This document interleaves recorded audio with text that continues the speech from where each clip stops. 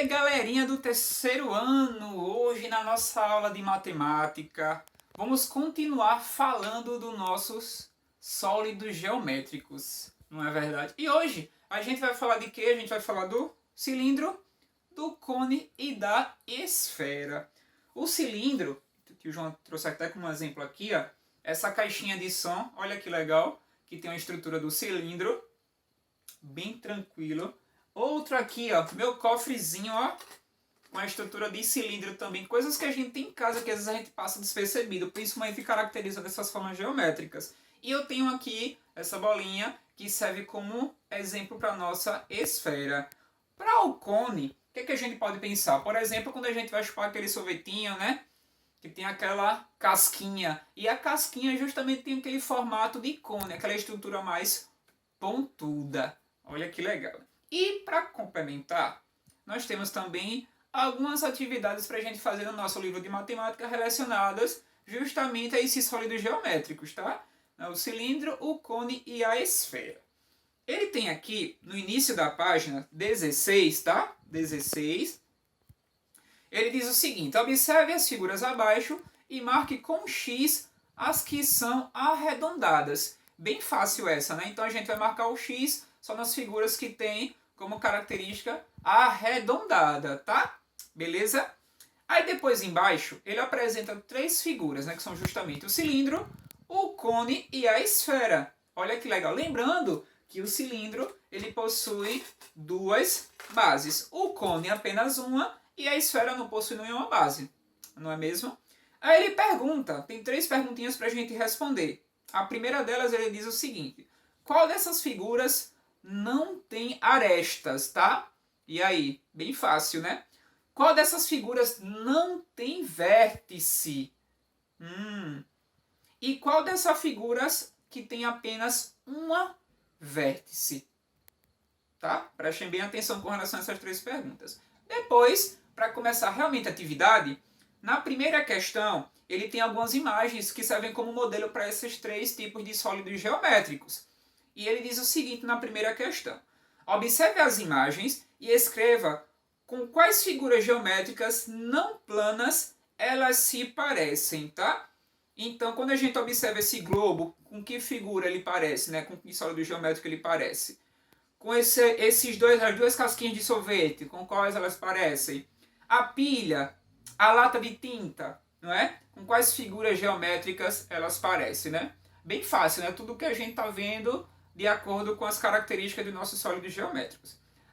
Na próxima página, na página 17, temos lá, observe o cilindro e o cone e a planificação de cada um deles. Ele tem lá o desenho do cone e do cilindro e a montagem, né? Só a estrutura de montagem.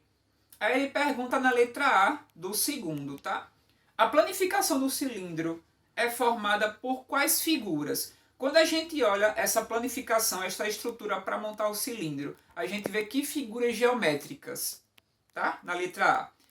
E na B, ele pergunta qual figura plana faz parte da planificação, tanto do cone quanto do cilindro. Então, qual é o tipo de figura geométrica que a gente vê, que a gente consegue perceber nessas características de montagem do cilindro e do cone? Tem lá uma figurazinha geométrica que está aparentemente aparecendo nos dois. Descubra lá que figura é essa, tá? No terceiro, a gente tem lá o Vitor diante das figuras não planas, que é justamente a esfera, o cilindro e o cone. Ele analisa da seguinte maneira: em cada um dos casos, a partir da posição em que está, Vitor vê uma figura plana diferente. Agora complete o quadro. Então, quando ele está meio que quase sentado de joelhos, ele vê de um jeito, né? Ele sentado vê de um outro e quase inclinado vê outra estrutura também. Então, o Vitor vê, tem um formatozinho lá retangular, o circular e um triangular. Aí a gente vai botar o nome da figura não plana observada, tá? Então a gente vai observar que figuras geométricas são essas de acordo com a posição que ele vê. Beleza? No Na quarta questão, ele diz o seguinte: reúna-se com um colega para comparar as figuras em cada grupo. Depois conversem sobre o que vocês observaram de parecido e de diferente nessas figuras. Com relação a essa atividade número 3, a gente vai conversar lá em nossa videoconferência sobre essa quarta questão, tá? Com a parte da análise que a gente fez das figuras geométricas que a gente conseguiu observar com base na posição que o Vitor está. Combinado? Na página 18, temos mais atividades, tá? Agora lidando com todos os sólidos geométricos que a gente já viu, tá? Lá na página 18, nós temos lá a primeira questão, que diz o seguinte: observe as figuras geométricas não planas e responda as questões, tá? A gente tem várias imagens e várias figuras: cubo, esfera, pirâmide de base quadrada, triangular e por aí vai, tá? E a gente tem na letra A: é correto dizer que as pirâmides só têm faces triangulares? Então quer dizer que as pirâmides só possuem faces triangulares? Por quê?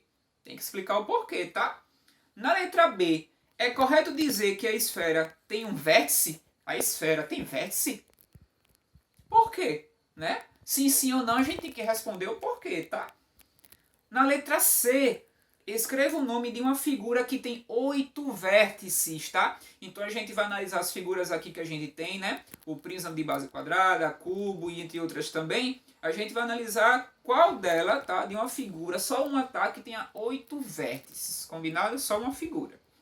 E na D: qual das figuras acima, tá? Dessas imagens acima que a gente tem dos sólidos geométricos, tem a maior quantidade de arestas? Então, ó, nessa D, a gente vai analisar a figura que tem a maior quantidade de linhas traçadas para formar uma figura geométrica, tá? Então, analisem com muita atenção.